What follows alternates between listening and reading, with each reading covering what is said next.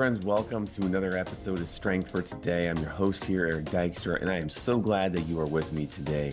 We're going to jump into some incredible things as we are talking about the brain and the way that God has wired us.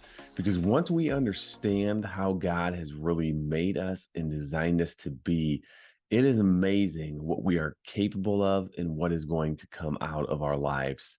Last week, we looked at Psalm 32, where David gives us a ton of insight into the elements of asking for forgiveness and bringing the things that often stay hidden within our hearts and in our minds out into the light. And as we bring those things out into the light, the Lord's willingness and grace to sustain us and to bring stability and balance and maturity really begins to evolve and develop in our lives. And I am so grateful for God's wisdom, because as I try to navigate this world without his wisdom and without his grace, it is much harder. And I have come to truly, I've come to truly know him in a way, as it talked about in Psalm 32, where he has given me his eyes to perceive life. He has given me his heart, his wisdom to be able to navigate the difficulties of life.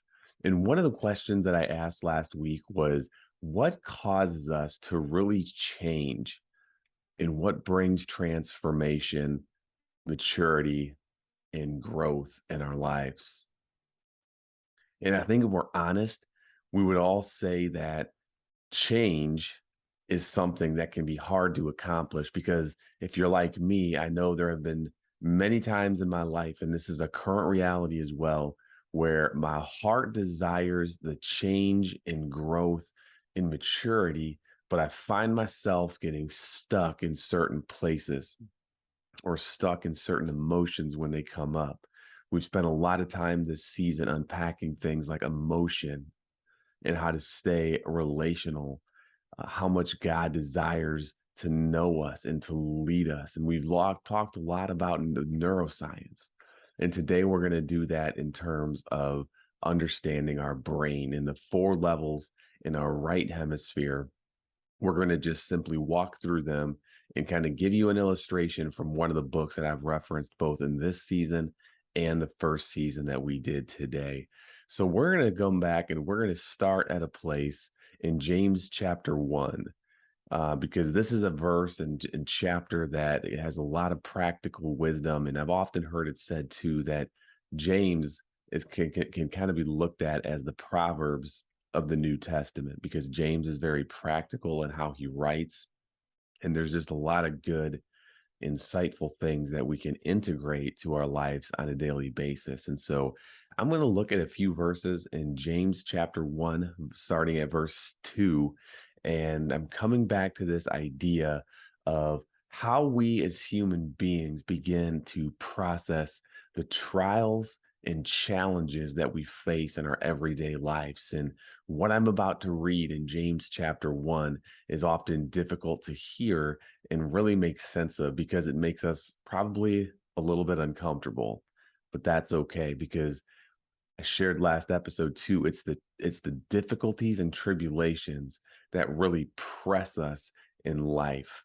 And then we have to grow through those things. And a lot of times it makes us feel extremely uncomfortable. So hear these words before we get into the brain science of where we're going today. James 1 verse 2 says, "Count it all joy, my brothers, when you meet trials of various kinds." You might just want to stop right there and ask, Lord, bring me to a place where I can count it all joy when I meet the trials of various kinds. It's a hard place to be, but Lord, would you just do that and help us embrace what you have for us today?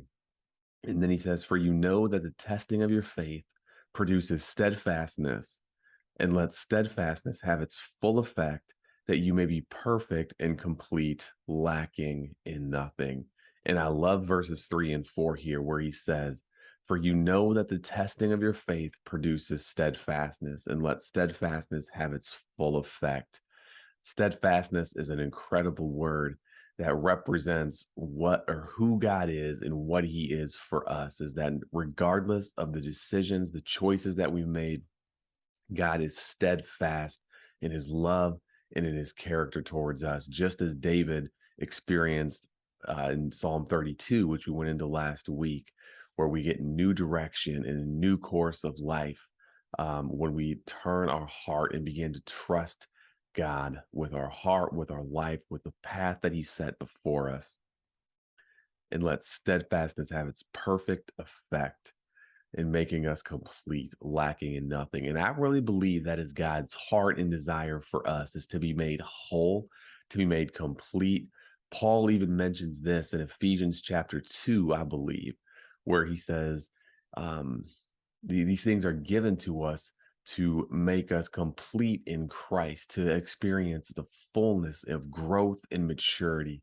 I believe he references in Ephesians chapter 2 and Ephesians chapter 4. So the heart of God is to give us all of himself and all of his wisdom so that we can navigate these trials and we can approach them with joy.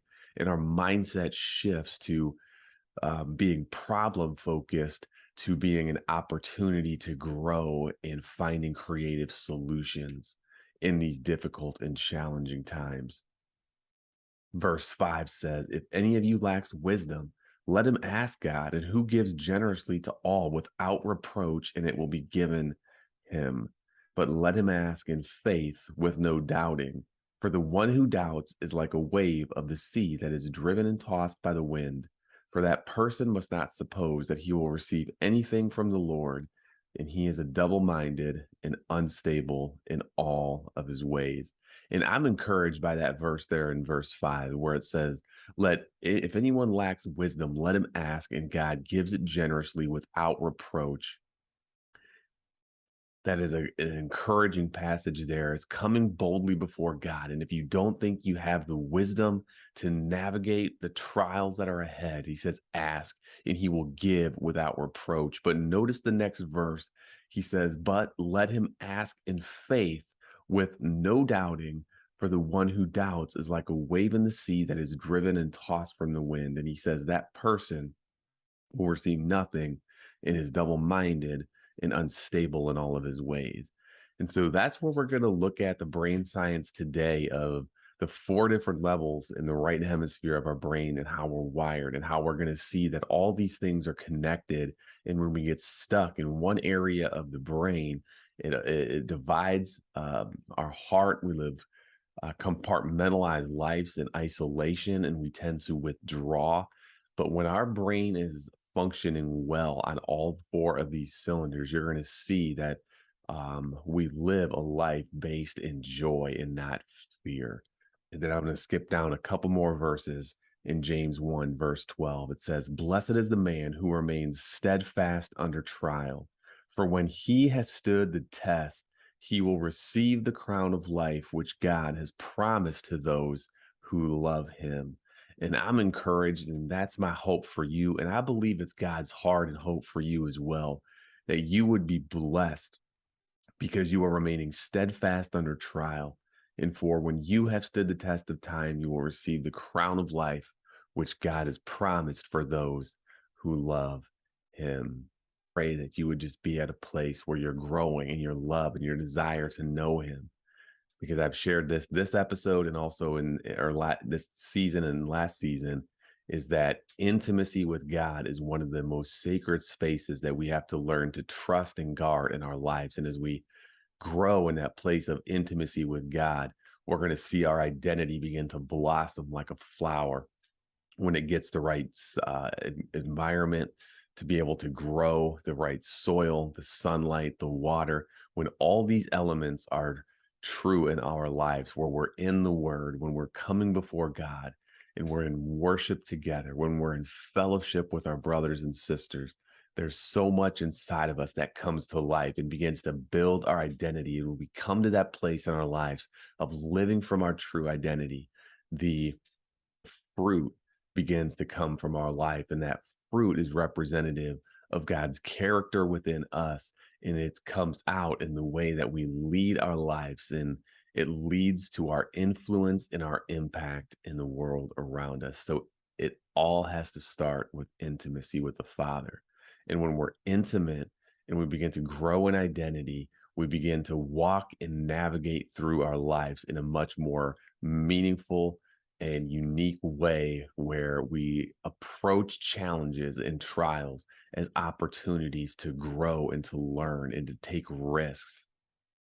And we're not overwhelmed by the fear of making mistakes or taking risks or failure, because we know that none of us can be perfect apart from Christ, but Christ living with us enables, or I mean, empowers a greater sense of confidence and courage and boldness and faith, so that when we make mistakes, we can start the recovery process much quicker. And so, I know that's a lot before we step in and dive into the brain science, but I want to just share a couple things from an incredible book that I've referenced before called Rare Leadership. And this was written by Marcus Warner and Jim Wilder. And really, the goal and objective of our lives, kind of going off of this James chapter 1 passage, is they talk about something. And I want to give you this image of a power plant and how it produces the energy needed that goes out and supplies energy for the surrounding community and the surrounding world around it. And for a healthy power plant, it needs the right things happening and the right people in the power plant in order to make things work and function well. And I thought this was a great way to look at our human lives, because if you go back to the last couple episodes in season 1, we talked about how everything really, we were created to live relationally with God and with each other. And that's represented in the first and second commandment of loving God with all your heart, soul, mind, and strength, and then loving your neighbor as yourself. And if you think about our lives as being this power plant, this source of energy and life where our identity can begin to drive our impact and our influence, it's really incredible. But there's really two things that can motivate a human being in their lives, and that's joy and that's fear. And at the end of season 1, we talked about how we can either relate to God and relate to others through fear or through joy. And so I want to give you just 4 examples from this book, Rare Leadership, that's going to kind of frame what we're about to dive into in the 4 levels in our right hemisphere. And so he talked about we can live from one of 4 of these places. And he says if we have joy and we are living in relational mode. And when I use this word relational mode, you can go back. I've actually got an episode this season called Living in Relational Mode that talks about what that is. So I'm not going to kind of define that further right now. But when we have joy, and that's our motivation, and we understand our identity, we can see ourselves as a power plant where we're living in humility, where we're living out our faith and we're making an impact. And it's taking this approach in James 1 where you can come boldly before the throne and you can count it all joy when you see trials, because you know that in a moment where you're challenged in life, God is with you and he's willing to give you his wisdom, his God sight, his perspective, and the ability to perceive things according to our spirit in which he dwells. And we can come and we can ask for that wisdom, as it says in verse 5, where he says, if you lack wisdom, to come. And our lives become like this power plant where we're able to impact and influence other people because of our capacity has increased. And then he said there's a place where you can live with joy, but no identity. And when we don't have our identity, but we live in joy, he equates this with basically a lifestyle of partying, where it's just all about fun and you don't think about consequences. You don't think about, doing what's best in protecting the people around you. But it's a very kind of self-centered life where we're all about the things that we want and the things that we enjoy. So again, that was joy with no sense of identity, really creates this lifestyle of just party mode. And then there's a third one where we have fear and we have our identity. And this kind of is that lifestyle that he equates with what you see in religious radical groups or terrorist groups a lot of times is because they have this sense of identity and who they are, but when it's driven by fear, the results and outcomes and goals are often to control and to manipulate people. And it's not often God's heart, it's not his desire. And so you have a lot of damage and destruction and really evil that tends to happen when things are driven by fear and there's a strong sense of identity around that. And then there's the fourth one here where it says you have fear and no identity. And this is a lot of times what happens in a lot of our public schools today, where there's so much bullying. Gangs can be a big sign and part of this as well. But you just got this sense of fear and just having no identity. And so what they're going to do is they're going to pick on other people. And this was described in chapter or season 1, 2 as being a predator, where you're always out to get someone else and you have to remain at the top. And in order to stay at the top, they really tend to suppress the other people around them and to not rise up and to just feel demeaned and devalued, insignificant, because they have no sense of identity. And so they just try to squash and squander all those other people around them as well. And so, really, our goal and where we're about to head in this episode is to get to this point in life where our relationships with God and with other people are driven by this sense of joy and we have identity. Um, and when we're able to do that, it's what he equates as being a power plant, a rare leader. And that's where the name of this book comes in around these 4 habits. And I've shared this in the past of these 4 habits. Rare, each letter stands for something.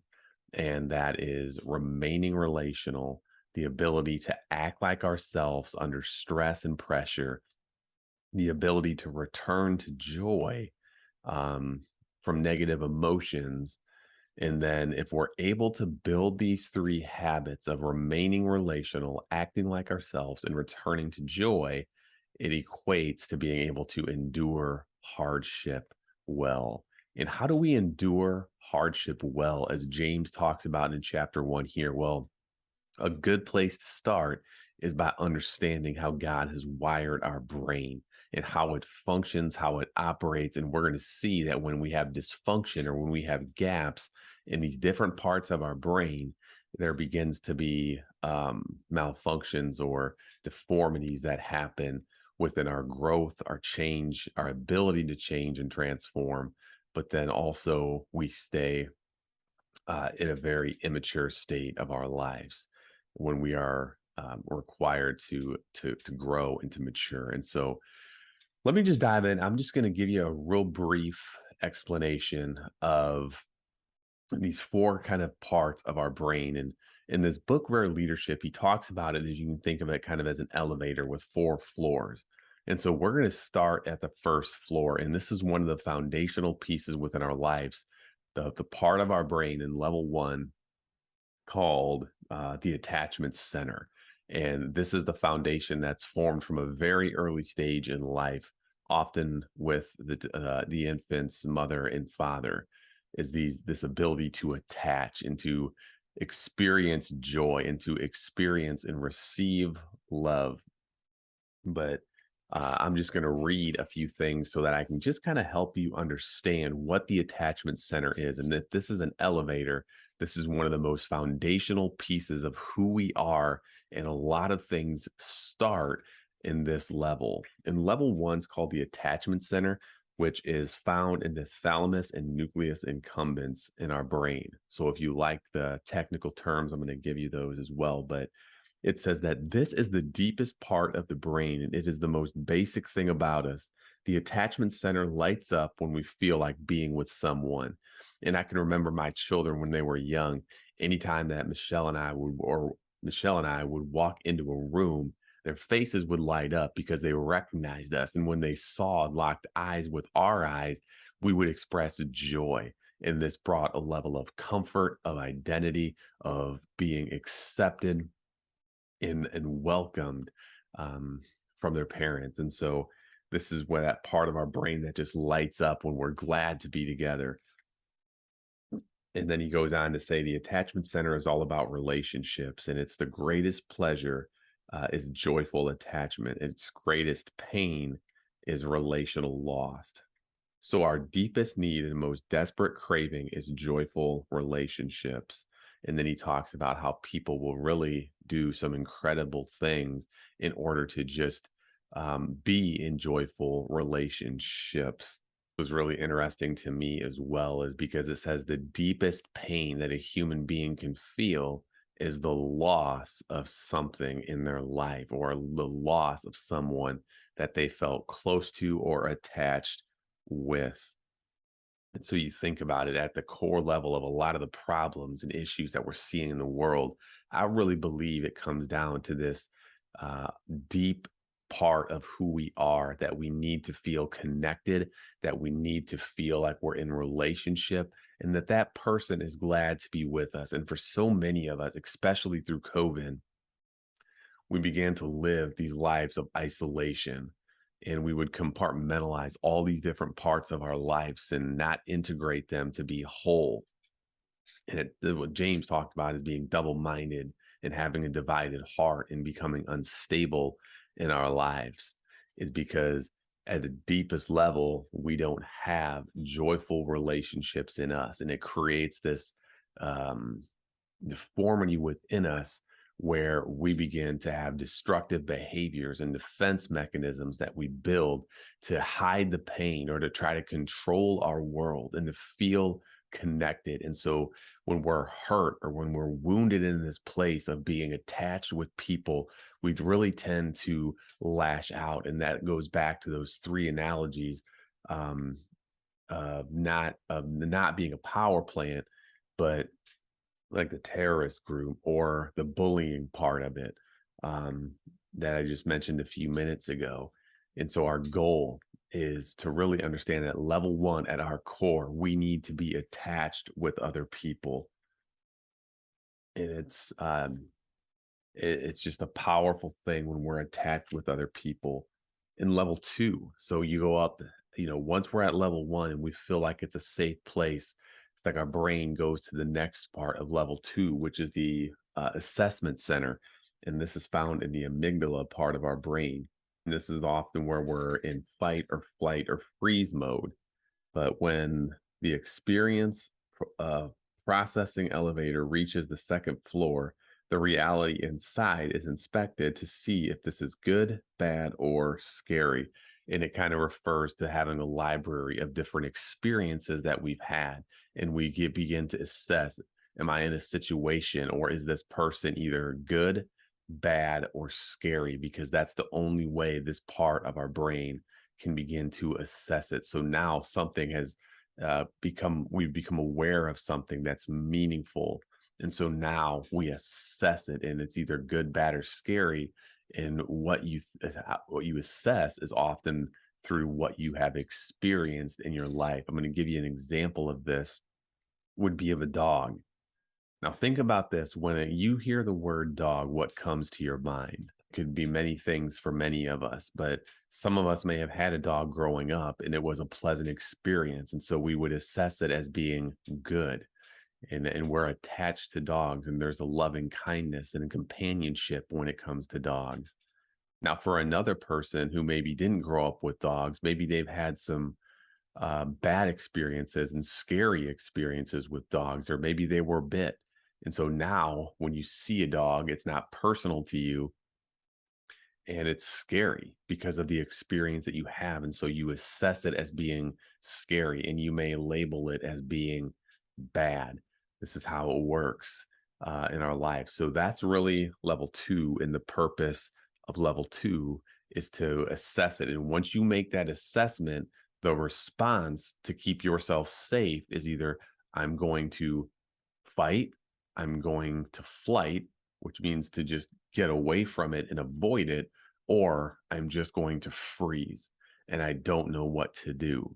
I'm sure you can relate to these things, is that think about times when you get overwhelmed, or those negative emotions that we talked about, like despair or anger, when we get stuck in those things and we get triggered, a lot of time these cycles occur where we don't have the capacity or the maturity to handle it, and it gets the best of us, and we make a decision, and we're either going to fight that person or fight the situation. We're going to avoid it, or we're just going to freeze and we don't know what to do in it. So that's level 2 at the attachment center. Level 3 goes called the attunement center, and this is in the singular cortex of our brain. They call the processing department. And really, what happens at this level of our brain is the question of, can anyone relate to this? And when we're on this attunement part of our brain, we compare our responses with another person one at a time. And what really happens here at the attunement center is that we are able to bring other people in, and we synchronize our thoughts, our thinking with that person. Um, if you've ever been in a situation that maybe was overwhelming or a bit scary, and someone was just willing to be there with you and didn't try to solve the problem, they didn't try to give you a solution, but they were just there with you. Um, that's what attunement is. It's being able to synchronize with another person. And when you synchronize with that person, it brings a level of peace to you. So attunement is a big part of our ability to feel at peace with the world around us and to feel at peace with the people in our lives. And if we're going back to that whole dog analogy, is we're relating with those around us who maybe have had other experiences with a dog that could help us if we are fearful of the dog, or if we've had a bad experience, someone just being with us and helping us to overcome our fear, so that maybe we could enjoy the goodness and the companionship of what a dog can bring into our lives. Another way of putting this level is that it's our ability to read people and synchronize with their feelings. And it says, when this skill is fully developed, we feel at peace. The third floor allows us to synchronize with God and find peace by perceiving his perspective on life. A great example of that is Colossians 3:15, where it says to let the peace of Christ rule in your heart. John 14 is another great example where Jesus said that my peace I give to you, not as the world gives, but I give you a peace that surpasses what this world can offer. So it's that ability to be attuning with another individual. And we go up to the last level of the elevator, which is often called the identity center. This is in the prefrontal cortex of our brain, and is at the very front where joy is experienced within our brain. And the reason it's called the identity center is because once it gets to level 4, that's where our character, our sense of identity of who we are, is really formed, and our ability to act consistently over time out of this identity is a direct result of how well the first 3 levels of our brain have been formed throughout our life. So our ability to attach with people around us in a healthy, joyful way, our ability to assess the world around us as being good, bad, or scary, and knowing the right responses, and then our ability to attune and synchronize with people around us gives us the ability to really be our true selves and to live out of this place. And as you're going to see, if you get stuck at level 1 or level 2, um, eh, you can't get into level 3, where you can synchronize with the people around you and you're not going to be acting like your true self. Because I think for a lot of us, we know what our true self is, but yet we get hindered by certain attachments that we may have, or in the assessment level, and we're inconsistent. So when hardship arises, we're not able to act out of our true identity because we're stuck at another level. And then in the next few episodes, I'm going to talk about what is needed at each level in order to get that elevator to be able to go from floor 1 to 2 to 3 to 4, because we want our brain to be functioning at these levels and running smoothly. So, what is level 4? Let me give you a few things that happen at this level. As this is where my people's core values help me guide my life and attend to what matters and act like my joyful relational self. Says once my identity based response is clear, the fast track is finished and the experience is passed down to conscious slow track management for implementation. The fourth level represents the highest level of brain function, and our identity finds its capacity to stay in charge and grows with the experience of relational joy.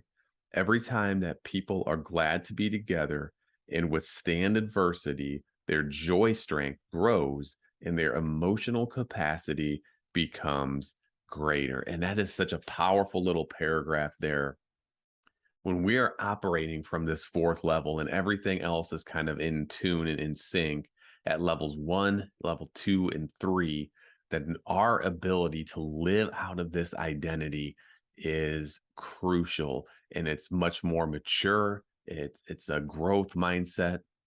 There's transformation that's happening, and we're bringing creative solutions and impact and influence into the world around us. And that is one of God's greatest desires for us, is that we're not living from a divided heart, a misinformed identity, and with little character. Because as you look at the world around us, you can begin to see a lack of all these things, of immaturity, of no change, no transformation, and just a low level of living from our true identity, because some of these things have been malfunctioning. And that's why really this whole podcast and this YouTube channel is to help strengthen you to grow that level of intimacy with the Lord. Because as you can see, growing in attachment with God is going to bring a level of health in your life, because at the deepest part of who you are, you're longing to connect and to be loved by someone who's joyful to be with you. And there's no better person than God himself to love you, to welcome you. And when you feel that attachment, you're able to go to that level 2 of the elevator, to the next floor, and you're able to assess the world around you from a stable mind, unbalanced, or I mean, not being unbalanced, but bringing stability into your world, bringing balance, bringing peace into your soul. And then as you move through assessment, you begin to be able to attune with the people around you. So let's just say, for example, you've got someone who always disrupts your life or is hard for you to be around.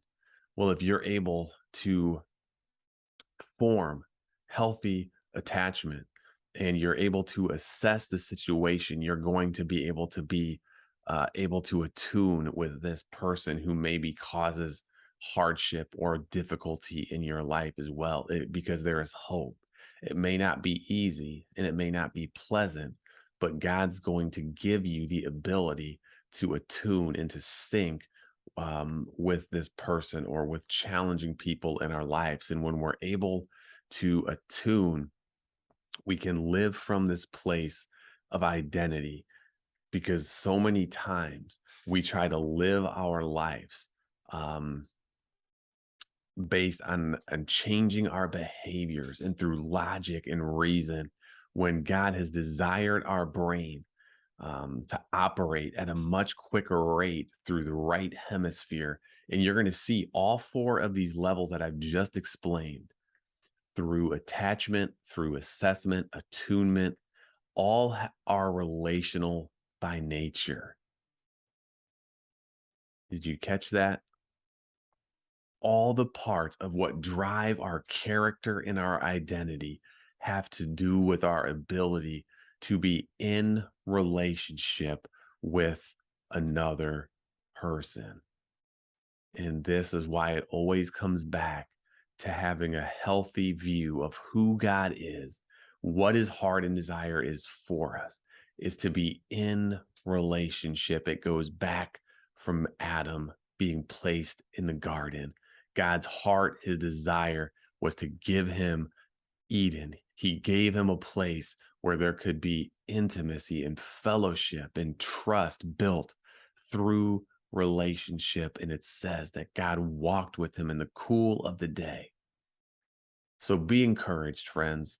And I hope today has given you a little bit of a glimpse of understanding how creative and how wonderful God is, that he's made us and given us these 4 levels of our brain. And his goal and his heart really is this desire of allowing us to be this rare individual that can remain relational, that can act like ourselves under stress, as we've looked at in James chapter 1, having a new mindset that doesn't fear trials of various kinds because it's going to produce something in us that is incredible. So I hope you can take courage in this today and join me next week as I'm going to be going over just a few more things in terms of how our heart needs to respond and help cultivate this lifestyle of living in connection with God. We are going to look at the last part of James chapter 1 to start this. And then we're also going to look at another spot from David's life in Psalm 51 that he talked about in terms of having a pure heart and being made new from the inside out. And we're also going to look at a few other scriptures of people's lives, like Isaiah and the prodigal son, and how God's desire is to give us experiences and encounters in life that touch us at a much deeper level in the spirit and in our heart. And as we experience God, he's going to pull things out of us that embraces hardship, that sees them as opportunities to grow. And you're going to see that over the course of your life, there's going to be things that just break us down and create wounding and create brokenness. And there's going to need to be healed. So I'm just going to invite you to go into these next couple of weeks with a humble spirit, with an open heart, and a mind that is ready to receive what God has to say. Because I believe if we come to this place in our lives, God is so willing and so ready and so gracious to enter in to a relationship with us and give us the ability to have a fully functioning brain that operates smoothly in these 4 levels, that creates a strong identity and a strong sense of character in you. Because when we are living life from this perspective, it's like a car that is running on a great engine and is running smoothly in all components, is that it gives you the ability to travel at a greater speed in life and to learn from your mistakes quicker and to recover at a much quicker rate. So I hope you've been blessed today, and I hope you'll take this. And if it's new for some of you and challenging, that's okay. Because 5 or 6 years ago, this was brand new for me, and I'm still growing in it, and I'm not an expert in it. But I found these kind of things to be very helpful and insightful. And one of my goals for this station is to simply give you tools for your tool belt. And I believe that if you're willing to understand how God has made us and formed us, you're going to be more filled in your life. You're going to experience God, and you're going to experience relationships from the very design and way that God created us to live. So be blessed today, be strengthened today, and I hope that you can connect with God and come to this place that James talked about of being steadfast in all that you do. God bless, and we'll see you next time.